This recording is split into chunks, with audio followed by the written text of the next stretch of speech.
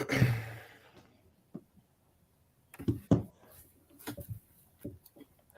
right, it says we live. All right, shalom, shalom. Shalom. First and foremost, we want to give all praises, honor, and glory to Yahweh, Ba'ashem, Bahashim. Yahweh Shai, Ba'ashem, Rachakwadash, double honors to the apostles and those a great millstone, and peace and salutations to the elect. Got the Elder Yatazak here from GMS Dallas. I'm the brother Aina, and we're going to continue this series in 2 Samuel, where we're going into basically the events of David's life. And this chapter that we're about to go into, 2 Samuel chapter 7, is a very, very key chapter to read to understand how the Most High views Israel, right? When you read about, the Exodus, right, and you see how the Most High put his name on Israel as a nation, you go into Exodus, chapter 20 and so on and so forth, where it talks about the 10 commandments and basically those laws, statutes, and commandments given to Israel, and us agreeing with the Most High that we're going to, do the things that he commanded us. That covenant is confirmed in David, okay, where we're about to see the Lord has been preserving David for this moment to basically make this pact and this covenant with him that he's going to preserve his house. Okay, so Abaratazah, Lord willing, this is an edifying lesson, and let me go ahead and share my screen and get right to it.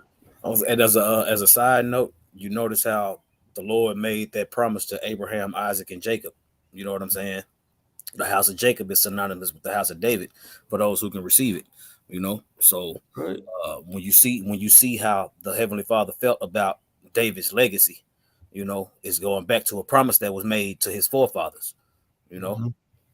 Kind. Let me go ahead and share this. Okay. All right, so we're going to go ahead and start off 2 Samuel chapter 7. Now, when you do a recap of chapter 6, the Most High allowed David to bring that ark into the city of Jerusalem. Okay, so David is established as king, right, and amongst over all Israel, and pretty much one of the first things that he did as king was, to bring the ark of the covenant into the city that the Lord allowed him to establish, right? And so now we have the setting of the Ark of the Covenant in the city of David, right? And it's in a tent or a tabernacle, which is a tent. We went into this last week, and that's pretty much that's how it always was up until this point. The tabernacle, there was always the Ark of the Covenant basically dwelling in a tabernacle, and it was movable. Now we're talking about a permanent place for the ark to rest. Okay, so let's go ahead and start verse 1. It says, and it came to pass when the king sat in his house, and the Lord Yahweh Bashem Yahushai had given him rest round about from all his enemies, that the king said unto Nathan the prophet, see now, I dwell in an house of cedar, but the ark of the Most High dwelleth within curtains. So David was like, man, the Lord gave me this house, and and the ark of the Most High is just in like a little tent, and he made the observation, and it says, verse 3, and Nathan said to the king, go, do all that is in thine heart, for the Lord Yahweh Bashem Yahushai is with thee. So when you assess that shows that David was spiritual, man, because he saw that the Most High allowed him to go from running from Saul in the wilderness with no house, no home, to now he's dwelling safely. His enemies are subdued, and the ark of the covenant is in the city that David had established. But he's like, damn, I'm in this nice house. The ark of the Lord is just in a little tent, right? And so Nathan said, hey, whatever is in your heart, go ahead and do. Now, I'm gonna read this verse, and then we'll make an observation. It says, verse 4, and it came to pass that night that the word of the Lord Yahweh came unto Nathan, saying, go tell my and tell my servant David, thus saith the Lord, shalt thou build me an house for me to dwell in? Now, David, like, he was ready to go ahead and start building the house to the Lord. That's why he said to Nathan, hey, like Nathan, like, the Ark of the Covenant is just dwelling in the temple. I should build a house for it. And Nathan said, go ahead and do that. But the Lord said, hold on. That same night, the Lord gave Nathan a dream, and basically, this dream is going to be instructions to David for what to do. Okay. Now notice when you fast forward to the future for those who can receive it, when Peter was like, let's build a tabernacle for Moses and Elijah, and let's do that. And the Lord interrupted him again. Mm-hmm. He said, look, I got a plan. You know what I'm saying? I got this. Your dynasty, your legacy is more important than what you got going. So let me go ahead and correct that. That was, and that's the thing. The Lord was always dealing with David. Whenever David got to the point where he wanted to do his own thing, the Lord would always send somebody to let him know, to snap him back into the spirit. Con. And that's and being of the house of David, which we believe we are, we have to recognize those opportunities for ourselves. That's right. You got it. That's right. Verse 5, it says, go and tell my servant David, thus saith the Lord Yahweh, shalt thou build me an house for me to dwell in? Whereas I have not dwelt in any house since the time that I brought up the children of Israel out of Egypt, even to this day, but have walked in a tent and in a tabernacle. See? So that's pretty much the ark of the Lord, ark of the covenant was it was never placed in a house that was dedicated specifically for the ark to dwell in. Okay, up until this point, because again, in the wilderness we were moving, right? We were transporting the ark itself. When we weren't stationary, we would transport the ark. Okay, and when we were setting up camp, then we would we would set up the tabernacle, right? But it was never a permanent place that the ark had dwelt. Right, which shows you that the Lord is everywhere. Wherever I would say that the Ark of the Covenant represented the presence of the Lord amongst Israel. You see, and no matter where they were, the covenant was, what I'm saying, like you said, they was transporting it. Wherever you go is wherever the Lord is. The Lord is with us, so that's what that represented. You got it. Con. All right. Yeah, It says, don't just shortchange the Lord to one spot. man, I would say he created everything. I would say everything that was created for our sakes. So to be able to put it in one spot, that also keeps you from being able for the enemies to get a hold of it. You see, yep. It's never not in the same place. They can't stake out and be like, okay, well, they're gonna be here. No. The Lord is everywhere. Mm-hmm. Yep. It says, even to this day, but have walked in a tent and in a tabernacle, which shows that the presence of the Lord was truly constantly uh um between the wings of the cherubims, like we read last week. Okay. It says, in all places wherein I have walked with all the children of Israel, spake I a word with any of the tribes of Israel, whom I commanded to feed my people Israel, saying, why build ye not me an house of cedar? You see, because that's the thing. Like, this was never something that was commanded before. This wasn't in the law. This wasn't one of the things that that the Lord had told Moses when they were in the wilderness, to build the Lord a house in a specific place. Okay. And the reason why this is being said like this is because it shows you that the Lord is confirming that this is his will. Okay. That a certain amount of time had to play out until he allowed for this to happen. Okay. So it says in verse 8, and I'll actually get a precept after I read this verse. It says, now therefore, so shalt thou say unto my servant David, thus saith Yahweh of hosts, I took thee from the sheepcote, from following the sheep. Let me actually get that word, sheepcote.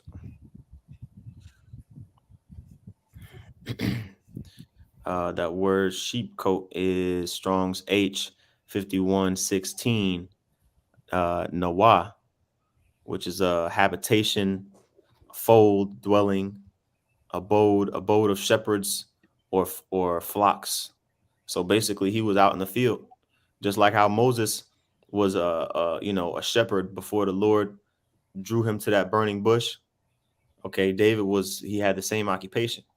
You see, he was living a simple life, kind of similar to how us before we came into the into the truth, into the ministry. We were out doing whatever, right? Until we got called to something more serious, right? Now, let me finish this verse. It says, Oh, I I say took. Jacob was also a keeper of the sheep, and so was Abel. Mhm. That's right. That's right. That's actually it's in Genesis where I believe it was Jacob had told Pharaoh at that time, that is their occupation. Like that's what our nation does. Like we're good shepherds. You know, that's our occupation as a Oh nation. yeah, 70 souls. Yeah, Hmm. yeah. Hmm. Yeah, this is talking about when he, Jacob, he ended up meeting, that Pharaoh that, did right by Joseph. Joseph. Yep. Yep. And but anyway, just a little side note. Continuing on, it says, I took thee from the sheepcote, following the sheep to be ruler over my people, over Israel. Now let me get this in Psalms 78. Okay. Um, this is Psalm 78 and verse 70. And so when you read like a lot of the Psalms and certain things, like it confirms the same things, the same events that happen, which shows you the importance of these certain events. David, if you type it in, it comes up, shoot, almost 1,000 times in the scriptures. Okay, so David was a very important individual in our history. Okay, and again, a majority of our people aren't taught about King David, in the school system, especially, right? They're not going to be taught about a lot of scholars even argue that he even existed. Okay. But this is our history, man. This is the history that Esau doesn't want you to know. So this is important. Psalm 78, verse 70, it says, he chose David, also his servant, and took him from the sheepfolds, from following the ewes, uh, great with young. He brought them to feed Jacob his people and Israel his inheritance. So he fed them according to the integrity of his heart and guided them by the skillfulness of his hands. So I found it interesting how the Lord took David from being a leader of animals to a leader of the Lord's people, right? A shepherd of the Lord's people in the sense of he taught them, to fear the Most High. A Okay. person without the law, statutes, and commandments, a person without the law, statutes, and commandments is considered a beast. Hmm. You see, consider when the scriptures talk about beasts and creatures, it's talking about people. You know, so when you understand, I would say, like I said, he was put in charge of the sheep first.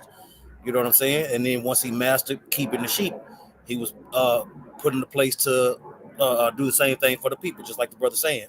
Hmm. Yep. So going back to this Second Samuel, verse 9, it says, "And I was with thee whithersoever thou wentest, and have cut off all mine enemies, excuse me, all thine enemies out of thy sight, and have made thee a great name, like unto the name of the great men that are in the earth." Now I want to get that see what this word is. Great men. Let's see here. Okay, Gadol. Okay. Yeah, got a wall. Okay. Yeah. I'll get that word great here in the Hebrew. Strong's H 1419.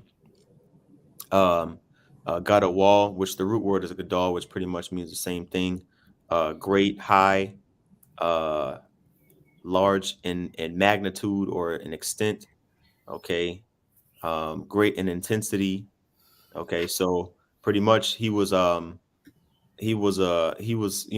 pretty much raised up to the point where he was high and mighty, in the eyes of the people. And that was all so that the Lord can be glorified, so the Lord can be magnified, right? And matter of fact, let me get this precept real quick in Luke chapter 14. Because here's the thing, man. David wasn't, we read in this last chapter, in chapter 6, 2 Samuel chapter 6, David wasn't too proud to dance before the Lord. He wasn't too proud to like he said, make himself more vile than thus, in order to prove a point that he was a true servant and a true believer of the Lord, man. And so this is a quality that we can learn from. This is Luke chapter 14 and verse 11. It says, um, whosoever exalteth himself shall be abased. It says, and he that humbleth himself shall be exalted. See, David didn't exalt himself. He didn't say, he didn't go up in war against Ishbosheth to try to usurp authority over him to be king. You know, he humbled himself, man. He was happy to be alive. So that's what happened. What happened consequently? The Lord exalted him, man. You see? And that's a mindset that we can benefit from as well. Okay, because the Lord, he hateth a proud look, a proud heart. So continuing on, it says, verse 10, moreover, I will appoint a place for my people Israel and will plant them, that they may dwell in a place of their own and move no more. Neither shall the children of wickedness afflict them any more, as before time, and as since the time that I commanded judges to be over my people Israel, and have caused thee to rest from all thine enemies. Right. So at the time, David, he didn't have to, defend any cities. There was, at that specific moment where this is saying, there weren't any infiltrations going on, from the Moabites or the Amalekites. So there was still some more subduing to do. However, at that time, it was relative peace, right? And the Lord said, look, I'm going to set it up to where, the children of wickedness, they're not gonna come against Israel anymore. Okay. They're not gonna be overtaken and putting hell on our people. Right. It says as before time, because there was a time where when we entered into the land with Joshua, you had peace, until basically we started going off as a nation after that generation of Israel died off. We started, getting overtaken by the other nations, and that's when the judges, when you can read about that in the book of Judges, right? So this is a promise, okay, that the Most High made with well, you could say Abraham, Isaac, and Jacob, but made with David, okay, which shows you that lineage going down from Abraham, Isaac, and Jacob all the way down, okay, through Judah, so on and so forth. Because remember, uh, David was of the tribe of Judah, right? Now it says, um, let's see here. It says in verse 11, and have caused thee to rest from all thine enemies. Also, the Lord Yahweh telleth thee that he will make thee an house. So he said, basically, look, you want to make me an house? Okay, well, your request is going to be granted. Okay? I got a quick precept for you. Con. This is Matthew 1 and 17. It says, so all the generations of Abraham to David are 14 generations. And from David unto the carrying away into Babylon are 14 generations. And from the carrying away into Babylon unto Hamashiach are 14 generations. The reason I want to bring that out is because throughout all those generations, the Lord is still dealing with the same line. Mm-hmm.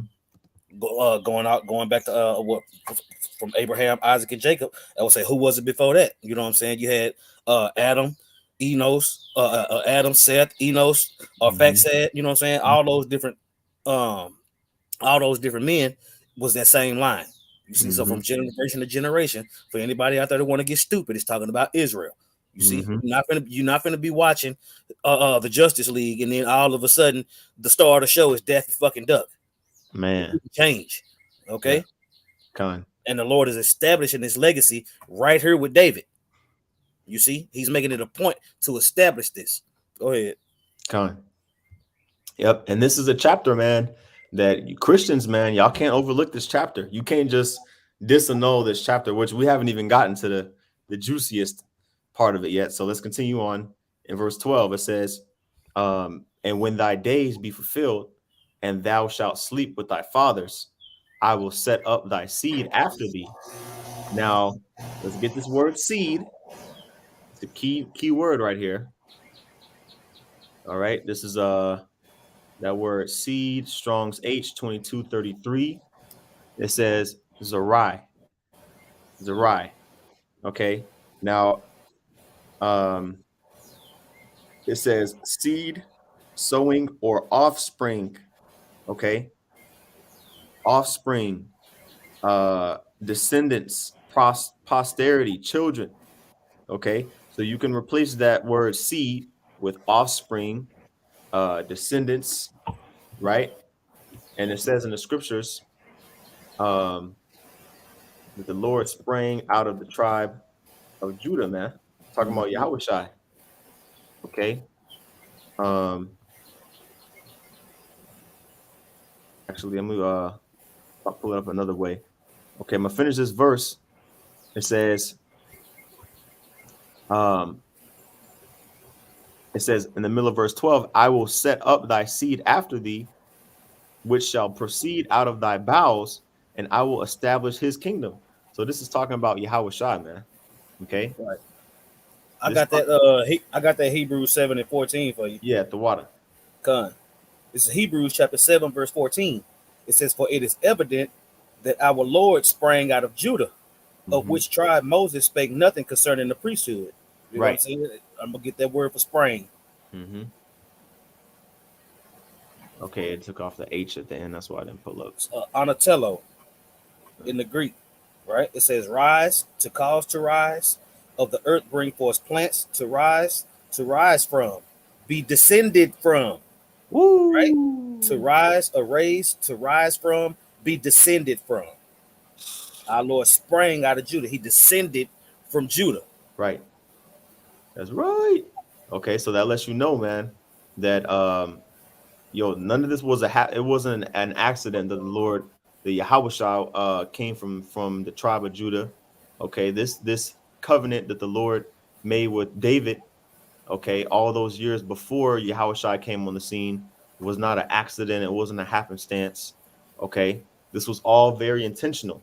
And what Christianity doesn't do is it doesn't give sufficient acknowledgement to that, to come to the realization that look, the Lord is only dealing with the nation of Israel, which is going to become more evident as we continue on. Okay. Mm-hmm. It says, verse 13, 2 Samuel 7:13, he shall build an house for my name, and I will establish the throne of his kingdom forever. Again, this is talking about so this is talking about King Solomon, right? You can say King Solomon, of course, he built the first temple. Okay. Also, Yahweh Shai is that chief cornerstone. Okay. And we can get, a plethora of precepts to go into how Yahweh Shai is pretty much using us, okay, in these last days to rebuild that temple that was torn down. We went into Amos, the book of Amos, right? And then the last chapter of that book, it talks about how the Lord is going to raise up that tabernacle of David, okay, that is fallen, man, and close up the breaches. Now, we're looking at the establishment of that house. This is the beginning of that story. Okay, so this is very, very important. This chapter here pretty much can be referenced in a lot of other places in the scriptures. So it's important to understand this Mm-hmm. promise that's being made here. Okay. So verse 13 again, it says, he shall build an house for my name, and I will establish the throne of his kingdom forever. You see, this is where the prophecy is coming in 2 Samuel. So Mm-hmm. you can't sleep on this verse here. Okay, because ultimately Yahweh Shai, he's gonna establish his kingdom, right, on earth as it is in heaven. Okay. And without the prophecies, that will make the Lord a liar. Mm-hmm. You know, and it's a scripture that says plainly that the Lord cannot lie. Mm-hmm. You know, so you got to figure out what it's talking about. I would say what the Lord got a lot of us for. You Mm-hmm. know, what the Lord got a lot of some weak ass Christians for. You know, so you need to figure out what He's saying, or get judged for adding or taking away from the word. You got it. What? Con. Let me get a precept real quick. Psalms 89 and verse 3. It says, I have made a covenant with my chosen. I have sworn unto David my servant. Thy seed will I establish forever and build up thy throne to all generations. Selah. You You see? see, and those generations didn't go away. Those generations didn't go away. Those generations wasn't done away with. And Mm-hmm. prophecy is our proof. You Mm-hmm. see, and it don't matter if you don't believe the prophecy, you're still subject to it. You got it. Okay, I'm gonna drop down to verse 20. It says, I have found David my servant with my holy uh with my holy oil have I anointed him, with whom my hand, who is the hand of the Lord, Yahweh Shai, okay, with whom mine hand shall be established. Mine arm also shall strengthen him. Who is the arm of the Lord? Again, Yahweh Shai, man. Mm-hmm. Okay, he sits at the right hand of the most high. Okay. So again, man, and then King Solomon, he didn't do anything but further, that legacy that David had set up. You see, he furthered that legacy. He fulfilled those this what we're reading here of the tabernacle, or I'm sorry, of the temple of the Lord, the house of the Lord being built. Mm-hmm. Okay, and then again, when Yahweh Shai came back in the flesh, okay, he pretty much set forth in motion the building of that spiritual temple, man. Which I know I mentioned that. Let's get that real quick in Peter's spiritual house. It's chapter 2. Peter chapter 2 and let's see, verse 4. Okay.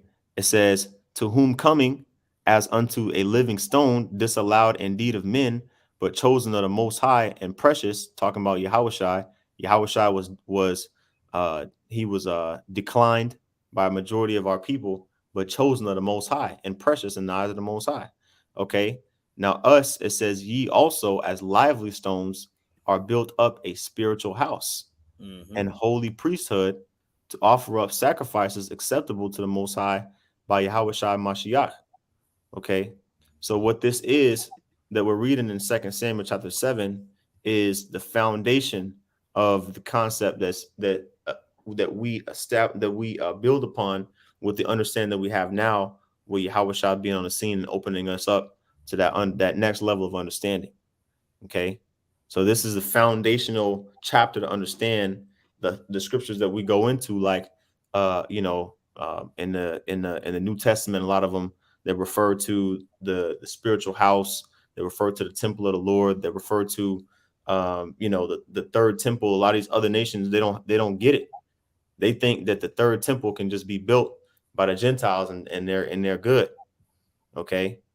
But you have to understand the inception of the first temple, the first house of the Lord, if you will, to understand, those temples that came afterwards. Mm-hmm. Okay. All right. Continuing on in verse 14, it says, I will be his father, and he shall be my son. If he commit iniquity, I will chasten him with the rod of men and with the stripes of the children of men. And this is another proof that shows you that and this is a reincarnation cut. This is a verse. What was that? Verse 12 is a virgin birth cut. Right. Okay. So these this chapter is very important, man. Okay, it says the Lord is talking about, it's talking about King Solomon, right? It says, I will be his father and he shall be my son. And when we get to that point where we're reading about that, or if you want to, I mean, it's in First Kings. If you read First Kings, you'll see the that. King Solomon was established by the Lord. He was the one. He was the son that was chosen out of all David's other sons to be king. Right. The mercy of David. Right. You see, Solomon is the mercy of David. You know, that's why Mm-hmm. David called him his Lord.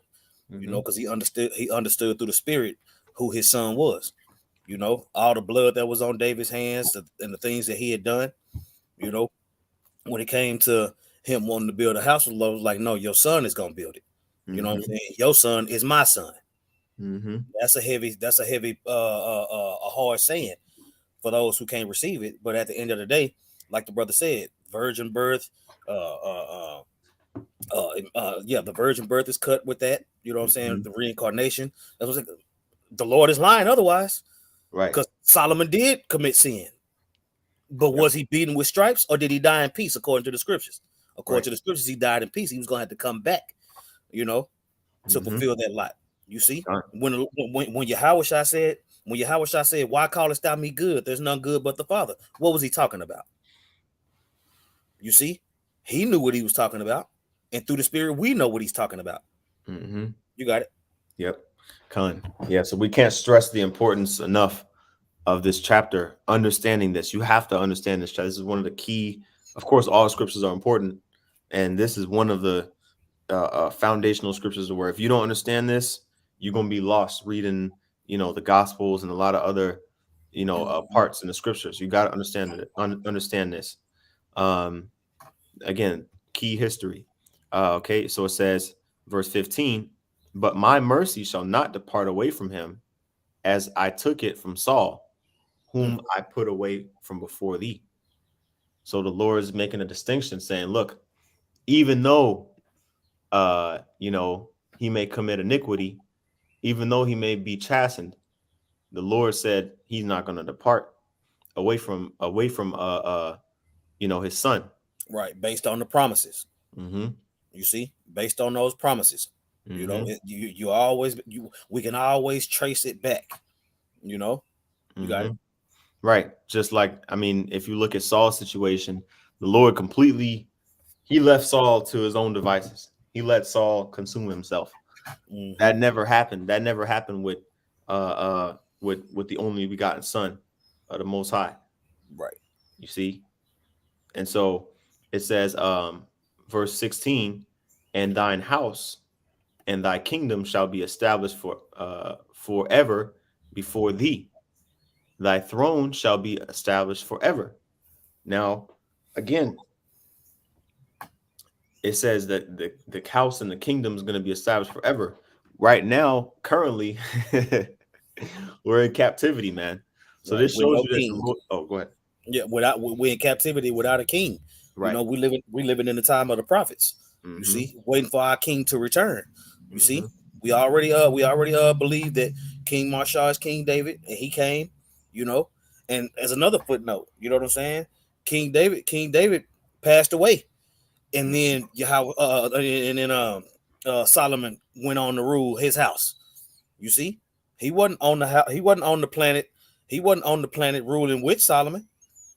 You see, so now that spirit of the house of David, the tabernacle of David being raised up, you know, it was a prelude to the kingdom, with Solomon being 40 years of ruling with 40 years of peace.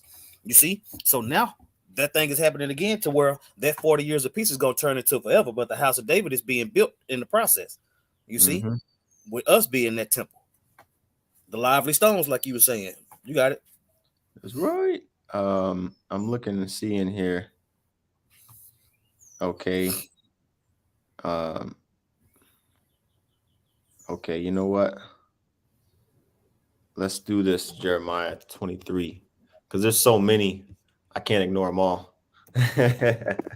Jeremiah In your 23 way. and let me see here. You know what? Hold on, let me see. Yeah, I'm gonna do this. Jeremiah 23 and verse 5. Okay. Jeremiah 23 and 5 says, behold, the days come, said the Lord Yahweh, that I will raise unto David a righteous branch. Now, if you know your timeline, do I got my timeline in here? don't know if I got my timeline right here on me, but if you know your timeline of the prophets, you can go on Google and you can look up, prophets timeline to see which prophets prophesied at which times. Mhm. Okay, if you know your timeline, Jeremiah came way after David was long gone, meaning that Jeremiah was prophesying this after David's death. Okay, after King Solomon's death. So this is kind of backing up the point that we're going into. 14 generations between David and Babylon. Mm-hmm. We just read it. You know what Mm-hmm. I'm saying? So that's like you said, that's way after. You Mm-hmm. know, Mm-hmm. And so Jeremiah, he prophesied directly up until Nebuchadnezzar came up and took over the city of Jerusalem, right? So this is looking at the end of Jerusalem's sovereignty, okay? And this is still being prophesied here. We see in verse 5, it says, "Behold, the days come, said the Lord Yahweh, that I will raise up unto David a righteous branch." Okay, that righteous branch is Yahweh Shai. Okay, because again, Solomon, uh, you know, he was already he had already came and gone at that point that this is being written here, right? But it still talks about that righteous branch being raised up. It says, "And a king shall reign and prosper, and shall execute justice and judgment." Excuse me, judgment and justice in the earth. Okay, it says, "And in his days Judah shall be saved, and Israel shall dwell safely, and this is his name whereby he shall be called, the Lord our righteousness."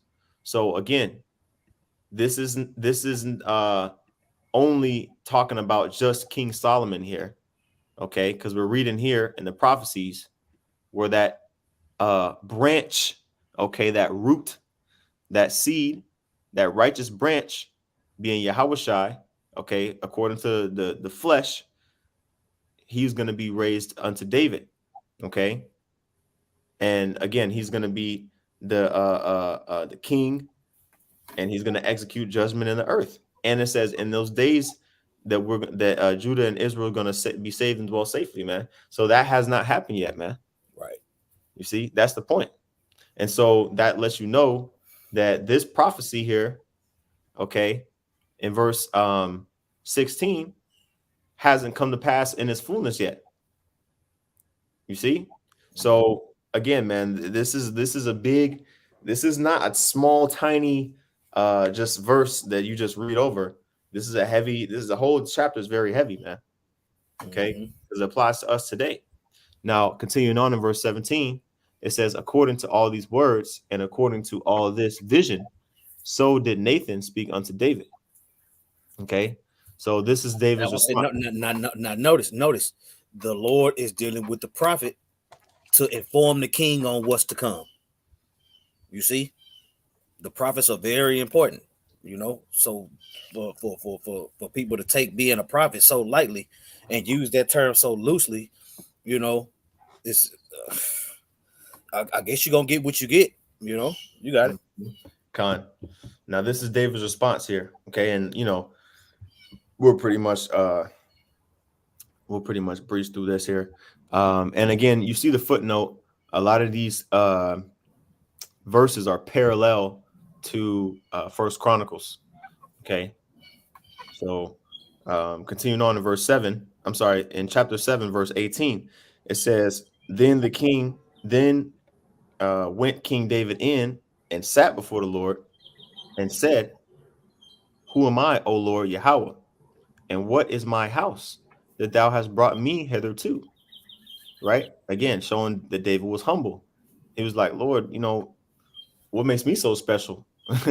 What makes me so uh precious in your sight to where you made this covenant with me?" Right?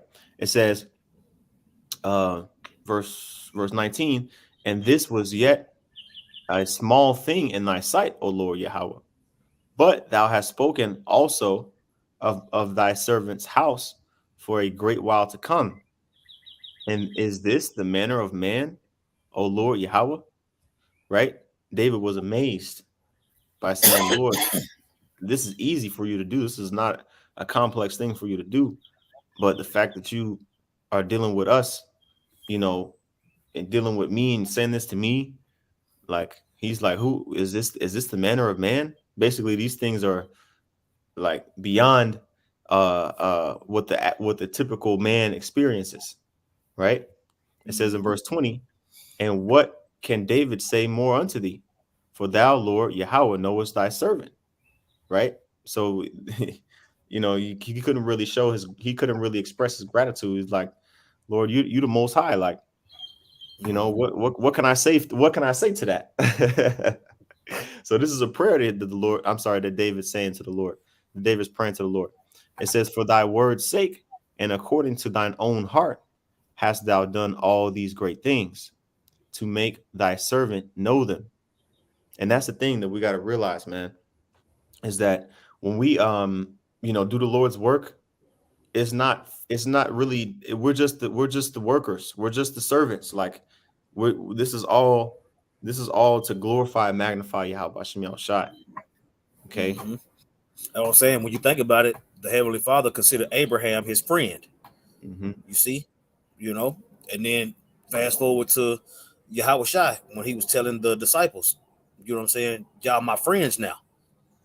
Mm-hmm. So when it comes to that, was it the Lord revealing his secrets to his servants, the prophets. All these things start to come together at this point. You know, Mm-hmm. the humility that David is showing is the same humility that we should show. Like what's so special about me? But the Lord made the promise before you knew whether or not you were special in the first place. Mm-hmm. You got it. I'm gonna get this precept real quick. Deuteronomy chapter 9. And this is Deuteronomy chapter 9 and verse 4. Okay, this is a key thing for us to remember. It says, speak not thou in thy heart after that the Lord Yahweh thy power hath cast them out from before thee, saying, for my righteousness the Lord hath brought me in to possess this land. Right? Because when you go into the history of us taking over the land, there were Canaanites that were dwelling in this land that the Lord allowed us to drive out. And the Most High was telling us, look, don't say in your mind, okay, when this comes to pass, and I drive these other nations out, the Lord was telling, speaking, don't say in your mind that because I'm righteous as a man, that's why the Lord brought me in to possess the land. He's saying, don't, speak not thou in thine heart, right? Don't think that. It says, but for the wickedness of these nations, the Lord Yahweh doeth drive them out from before thee. That's what's going to happen now. Mm-hmm. Fast forward to now. It's the same thing. The heathen acting a fool and then wore out their welcome. Mm-hmm. You got it. Mm-hmm. And that's what Esau, because Esau thinks that way. He thinks how, like, he's basically proud in his heart saying, look, it's because I'm this great guy and I'm this, my sword, you know what I mean? Like, I'm blessed. That's the reason why I have these niggers in subjection and I have all these other nations under subjection. Okay. That's why he's going to be fooled when he gets taken over for his wickedness. Right. And I'm gonna finish verse 5. It says, not for thy righteousness or for the uprightness of thine heart doest thou possess their land, but for the wickedness of the nations of the Lord, of these nations, the Lord Yahweh thy power doeth drive them out from before thee, and that he may perform the word which the Lord Yahweh sware unto thy fathers, Abraham, Isaac, and Jacob. You see? So it wasn't because we were so righteous, right? It was because these other nations, the iniquity of those nations were fulfilled, and it was time to judge. That's why when this place gets judged, Babylon the Great gets judged, it's going to be because of ultimately all of the wickedness that was done in it. Okay. I got And something quick. For you. You finish con, your point, but I got a precept for you. yeah, and because he said to Abraham, Isaac, and Jacob that he was going to preserve his seed and establish it forever. Okay, you got it, Zaquan. This is Isaiah 10 and 15. It says, shall the axe boast itself against him that heweth therewith, or shall the saw magnify itself against him that shaketh it? as if the rod should shake itself against them that lift it up, or as if the staff should lift up itself as if there were no wood. So like when you were saying, the Lord was like, don't think that you doing it on your own. You know what I'm saying? I want to do this for you because you belong to me. You know what I'm saying? So he get his glory. You got it. All right, this is going back 2 Samuel chapter 7 and verse 22. Okay, actually, hold on. Yeah, verse 22. It says, "Wherefore art thou great, O Lord Yahweh? For there is none like thee, neither is there any God, any power beside thee, according to all that we have heard with our ears. And what nation in the earth is like thy people, even like Israel, whom the Most High went to redeem for a people to himself," which we bring this out all the time in Deuteronomy 7 and 6, right? We bring this out very often.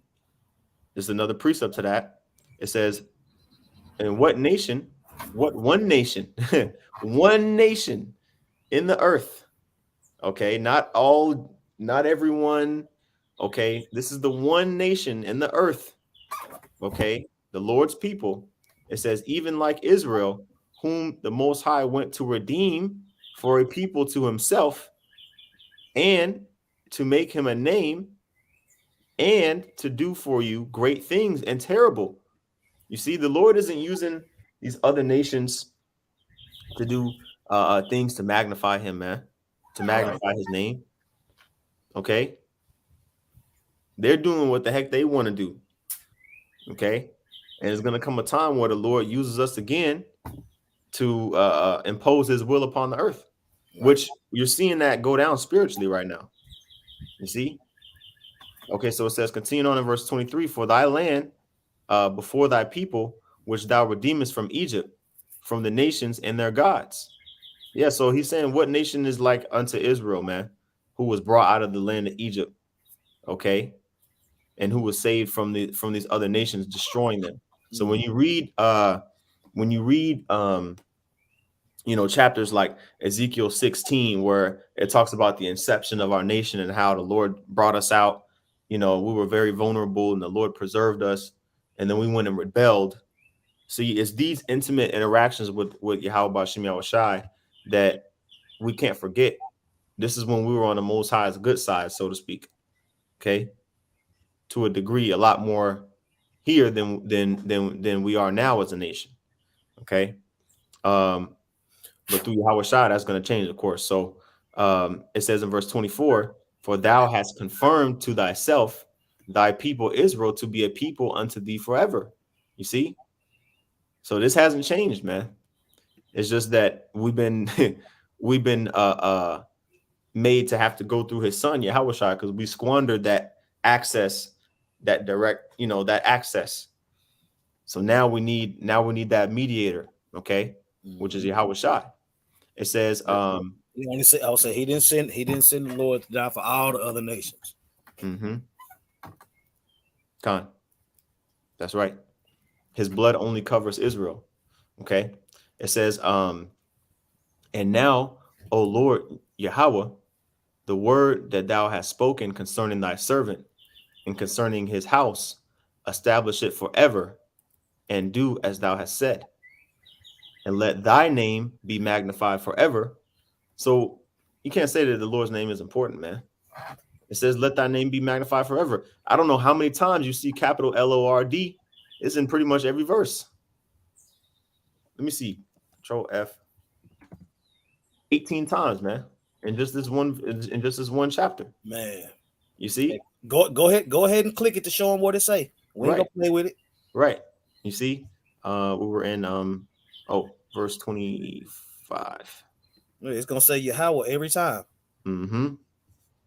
That's right. Yeah, I want to say nowhere else do you see Ahia. And if you do see Ahia more than once, you don't see it as many times as you see Yahweh.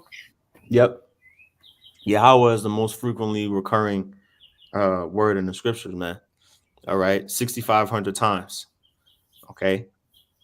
It says Yahweh, Strong's H3068. Okay, this is what they call the tetragrammaton, People transliterate it incorrectly. All right. It's simple 4 letters, Yah, Ha, Wa, and then Ha at the end. Right. He Okay. exists. Mm-hmm. Yep. Which means He, he is. he to be. Mm-hmm. See? That's the That's only God. right. That's the only God you can pray to that's able to do something for you. Mm-hmm. That's right. Let's go back Now, here. matter of fact, go back to the Okay. word, and Okay. then click on the root word. Mm-hmm. Hiya. Yeah, click on the root word. Mm-hmm. Scroll Yep. down. Uh, Be. to exist, to be Mm-hmm. in existence. Right. Mm-hmm. Yeah, there we go. There we go. Yep. All right. Mm-hmm. The scriptures say that the Most High is omnipotent, man, meaning that He exists everywhere. Yeah, Okay. and if you continue to dig, you're gonna run into breath. You know. Yeah, if you continue to dig, it's gonna go into the breath. You know, Mm-hmm. which is I will say he breathed into Adam. Mm-hmm. I will say Yahweh Shai breathed on the disciples. You know, Mm-hmm. those dry bones were breathed upon. You Mm-hmm. see, so Yep. you can't just discount that. You know, this I will say our power Yahweh is the only one that can breathe knowledge, wisdom, and understanding into whosoever He chooses. You see, and He chose Israel. He chose David. Mm-hmm. See, That's right. Yep. Yep. And this is a very common word, Haya. Okay. So and it mentions that actually what you talked about, Zaquan, to be, to exist. When you go into the Hebrew Chaldee lexicon, it mentions that that Genesis 3 and 1, Genesis first chapter, Genesis second chapter, right? mm-hmm. So And breath signifies life. hmm You know, if it ain't no breath in you, you dead. that's right. You got it. Con. Going back to verse 25. Let's go back here. I know you got that call coming, brother. Don't forget. Yeah, yeah, Con, yeah. I'm gonna just read the rest and then We can go I'll ahead and let you close out close because I out. got to get back to. Okay, cool. All right. It says, let me see, verse 26, it says, and let thy name be magnified forever, saying, the Lord Yahweh of hosts is the power over Israel, and let the house of thy servant David be established before thee. For thou, O Yahweh of hosts, power of Israel, hast revealed to thy servant, saying, I will build thee an house. Therefore hath thy servant found in his heart to pray this prayer unto thee. And now, O Lord Yahweh, thou art that power, and thy words be true, and thou hast promised this goodness unto thy servant. Mm. Therefore, Promised, yeah. promised. An entity that can't lie promised us. We're gonna leave it at that. That's what I'm saying. Ain't nobody that don't believe in the Lord and believe you can do whatever you want to gonna trump that. Mm-hmm. You can't even get out your own way. You're gonna tell the Lord He can't choose His own people to do what He want to do with them. We gonna argue with your motherfucking ass. Go Mm-hmm. ahead. It says, therefore now let it please thee to bless us, to bless the house of thy servant, that it may continue forever before thee. For thou, O Lord, hast spoken it, and with thy blessing let the house of thy servant be blessed forever. I'm saying, for thou, O Lord, have spoken it. Yahweh said it. That's it. That's it. Mm-hmm. You know. So hey, you want to? You got anything else before we close out? Nah, that was pretty much it, Zaquan. I just I mean that was the point. I believe the point was made. We got the precepts earlier. Brothers got precepts on the common board. Yeah, I'm gonna You go know. ahead. I'm gonna run through these precepts on the comment board. You can go ahead and handle your business. I got a few more minutes I can spare. Okay, okay, Khan. Hey, y'all was just breaking thought. Shalom. Yeah, by Shemal Shabrakatah, brother. I'll catch you later, Lord Khan. willing. All right. So yeah, I'm just gonna run through some of these precepts. Let me see. Kazakh Ban Yahweh, right? This is Luke 17 and 10. Right? It says, so likewise ye, when ye shall have done all those things which are commanded you, say, we are unprofitable servants. We have done that which was our duty to do, you know, and our job is to do this work, you know, with the understanding that's been given to us. we got to go ahead and do what we got to do. We speak on the Lord as the scripture has said, right? All right, Jeremiah 10:23. It says, Lord, I know that the way of man is not in himself. It is not in man that walketh to direct his steps. All right. O Lord, correct me, correct me, but with judgment, not in thine anger, lest thou bring me to nothing. You see, that humility.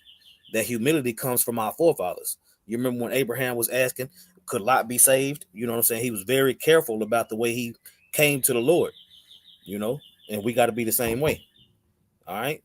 Samak, Shalom, brother. Shalom. This is First Peter chapter 2, verse 9. It says, but ye are a chosen generation, a royal priesthood, and holy nation, a peculiar people, that ye should show forth the praises of him who had called you out of darkness into this marvelous light.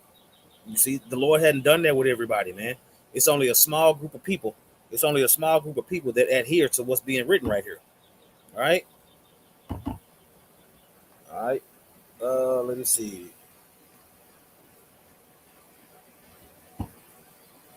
All right, this is Kazak again, right? Lamentations 3:21. It says, this I recall to my mind, therefore have I hope. It is of the Lord's mercies that we are not consumed, because his compassions fail not. You see, the Lord is gonna get his glory either way. You see, he already set aside men that were gonna do that.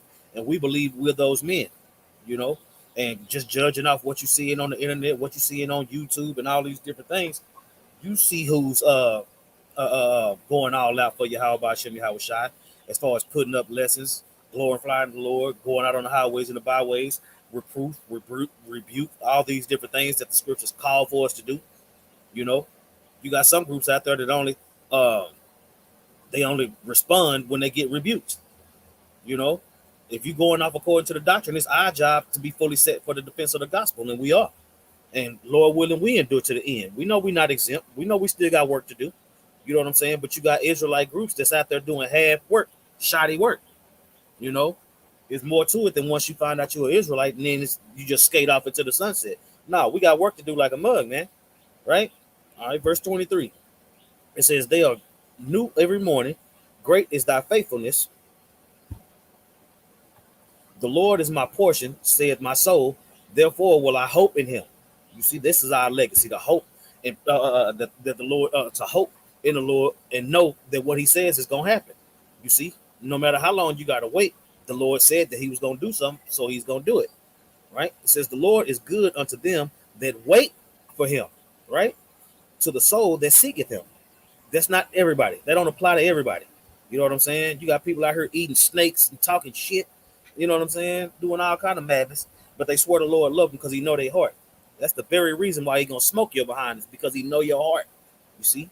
People ain't got it like that, man. You see? It's all about something. It's always about something else. No. The men of the Lord have one track mind. You see? All right. Samak was good. All right, this is John chapter 2, verse 23. It says, whosoever denied the Son, the same had not the Father. But he that acknowledged the Son had the Father also. You can't get around that, man. You can't get around that. You see, you got these. We give double honors to our apostles and elders, but we know that they not the Lord.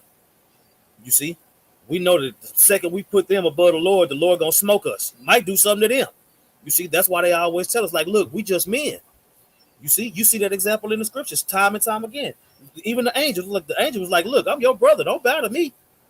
You see, so even angels have that humility, you know. All right, this is GMS mustard door. Shalom, the water for the pre. Right, this is Matthew 15:24. It says, but he answered and said, I am not sent but unto the lost sheep of the house of Israel, man. You see, ain't no. That's what I'm saying. This is for the body of believers. No. First of all, the body of believers is Israelites.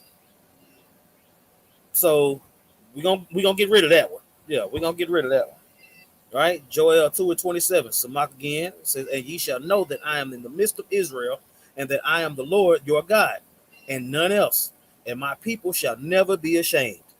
You see, you got 2/3 of the nation of Israel that's ashamed of the gospel right now. So they do all types of things to maneuver and wiggle around and do all this BS. No, no, no. The house of David is being established. You see, and we just proved it in this lesson through the Spirit. So hey, with that, the water for the precepts, the water for the participation. Lord willing, we'll see you, brother, soon. With the continuation of this chapter. So hey, with that, I want to give all praises to Yahweh, Bahasham, Yahweh Shai, Bahasham, Rahah Kodash. Double honors to the apostles and elders at Great Millstone. Peace and blessings to the Aki teacher about the mind wide mock. That's in sincerity and truth. Shalom.